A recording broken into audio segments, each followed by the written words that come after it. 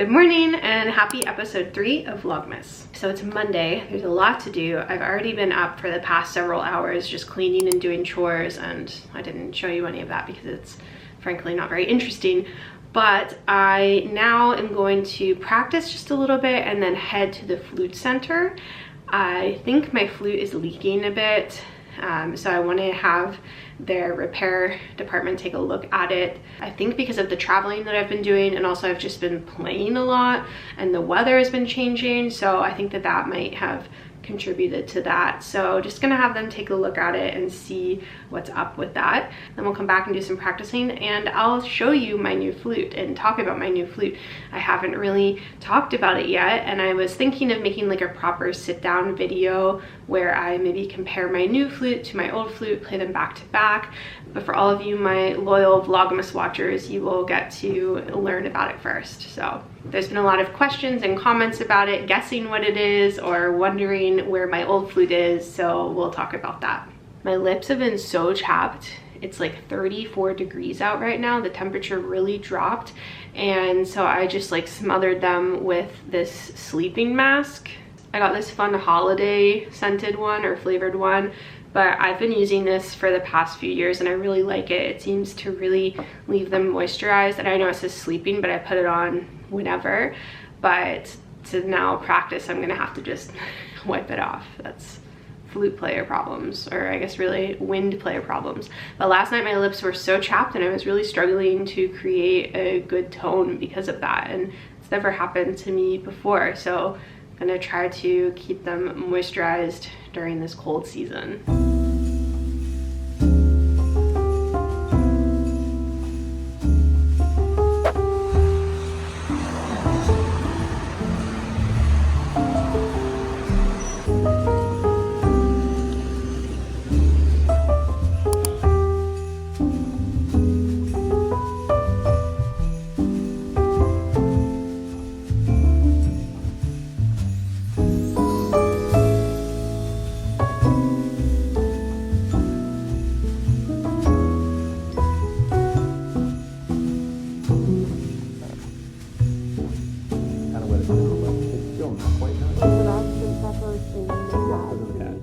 But it's completely different than a standard shim, which looks more like this.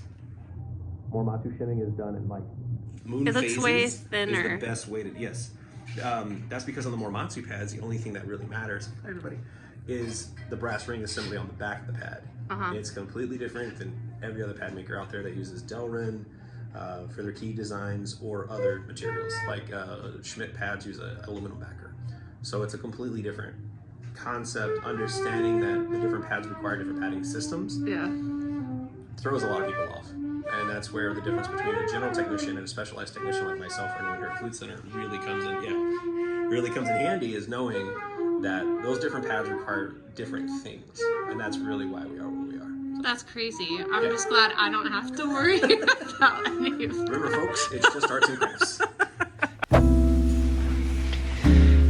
Okay, so I'm back. I always have the best time going to the Flute Center and just nerding out over everything. As you saw, David, the technician, he loves to explain all of the different flute repair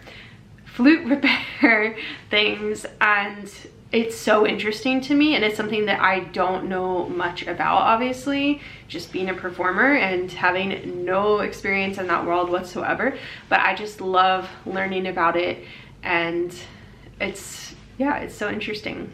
I got distracted by the lights in the background. I think the flashing setting is on. Anyway, so that was great. He fixed my flute for me. There were a few small leaks. Apparently when you buy a new flute, it takes about 6 months for things to settle. So it's normal that there are some leaks going on. But it still is under warranty, and since I used my own code when I bought it at the Flute Center, KTFL, I do have an 18-month warranty on it. So this video is not sponsored. I just love the Flute Center, and you too can use my code if you're looking for a new flute and shopping there. But anyway, so this is my new flute. and there were a lot of guesses about what brand it is. So if you want, right now, pause the video before I reveal to you what it is and leave a comment down below. Try not to read the other comments, and comment what brand you think I purchased. Did you do it? Okay, so this is a Muramatsu, and my other flute is also a Muramatsu, the flute that I had before, my 9-carat Muramatsu. So I tried a lot of different flutes, and what really sparked all of this was when I visited the Flute Center back last January. When I visited in Chicago, they invited me to come out and check out their new store, which is such an asset now to have out there in the Midwest. But I went there and I tried some flutes, and just for making content, and I tried a lot of silver flutes. I tried a silver PAL with a silver Felici head joint. And when I tried that flute, I was like, wow, I never thought that I would be a silver player since I had a gold flute. It really made me think, and it made me consider, oh, maybe I do want to potentially look for a new instrument. Not that there is anything wrong at all with my gold Muramatsu. And also, it's not to say that there is an instrument that is better or worse. It's all personal preference. And oh, my camera's gonna die. Okay, I'm back. What was I saying? Oh, it's not to say that one flute is better than another flute. It's more just that each person, you know, it's a very individual process, and the same flute that's right for someone else might not be the right flute for the other person. So it's really important that when you are about to buy a flute, unless you're a complete beginner, and then I think it's okay to blind buy a flute, but when you are looking for a new flute, it's really important to be able to trial these flutes and to let this process occur in a way that's not rushed. So anyway, I started thinking about, it was a lot easier to play certain things on this silver flute that I tried back in January, thinking that it was easier to articulate. I felt like I could, you know, be more clear with what I was trying to do. And that had me start to think. And, you know, I have had my 9-carat Muramatsu since my senior year of high school. And that's been since like 2010 now. I think I got it at the end of my senior year, right before I started my undergrad at New England Conservatory.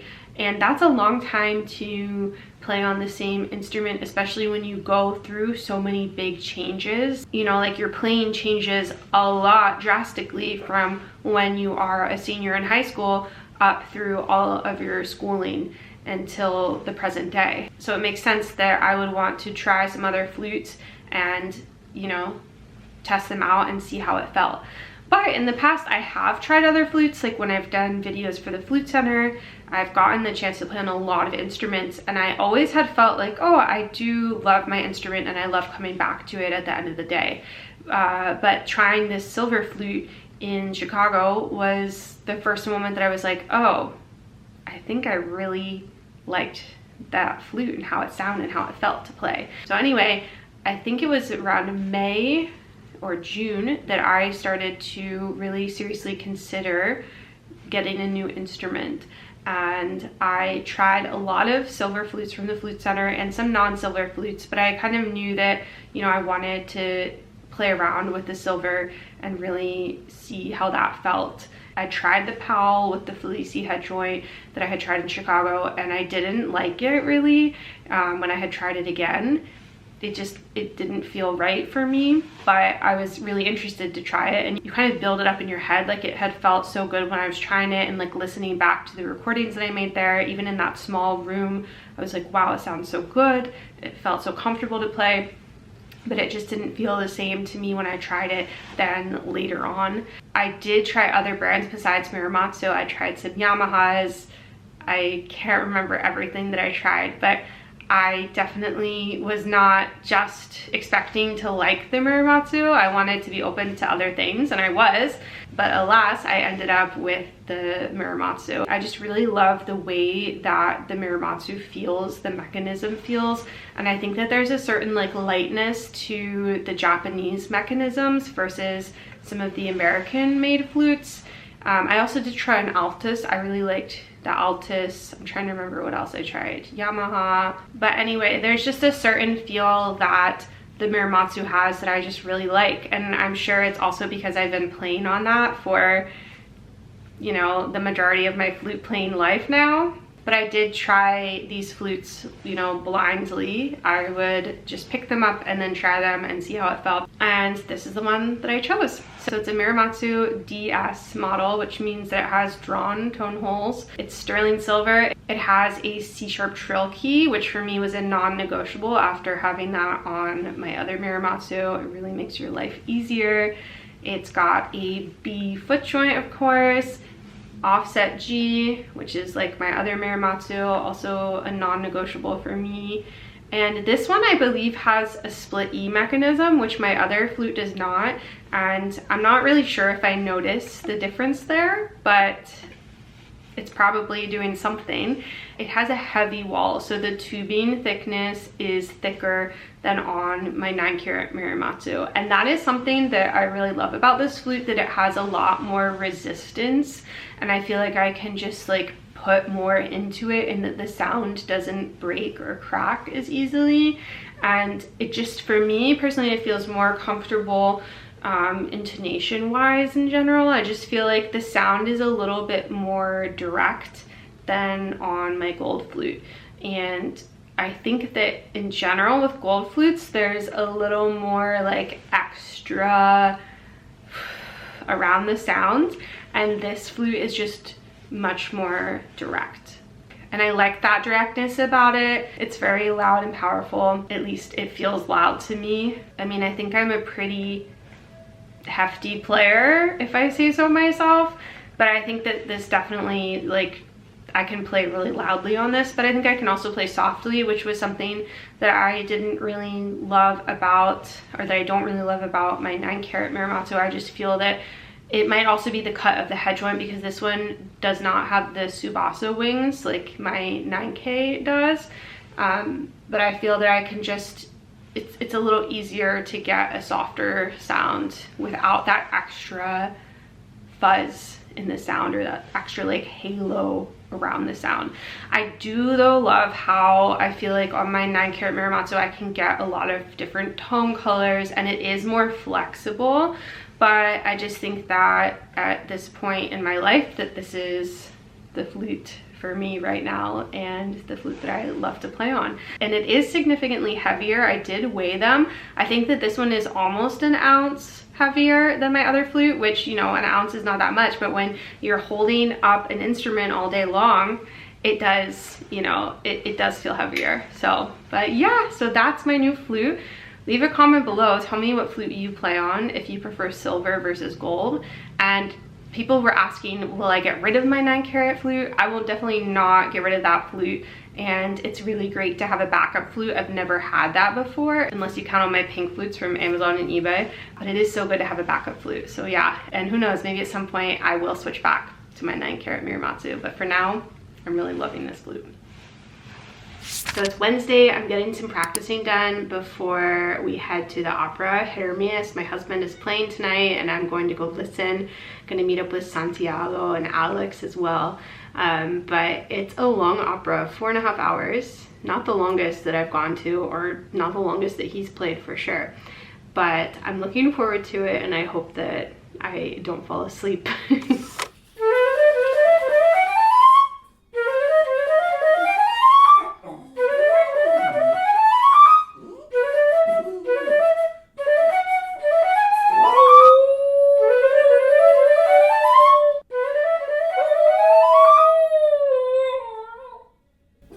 This is our routine every day without fail.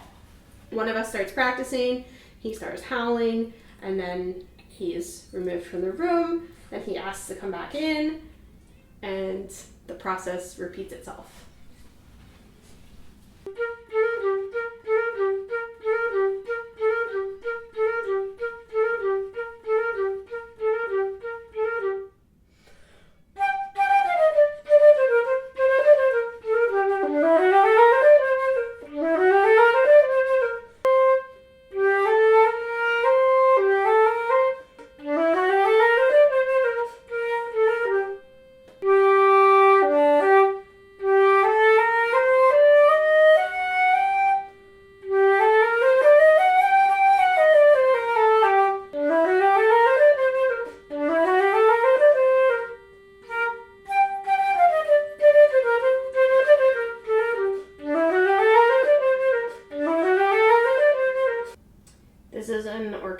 tuner, and I love to have this on my stand, mostly because I think it's more accurate, first of all, than the phone tuners, but also because I can't get distracted with this on my stand because I can't text or check my emails or do anything like that with this. But I love that it has this drone feature, so you can put the pitch on and then just listen and let that guide your ear.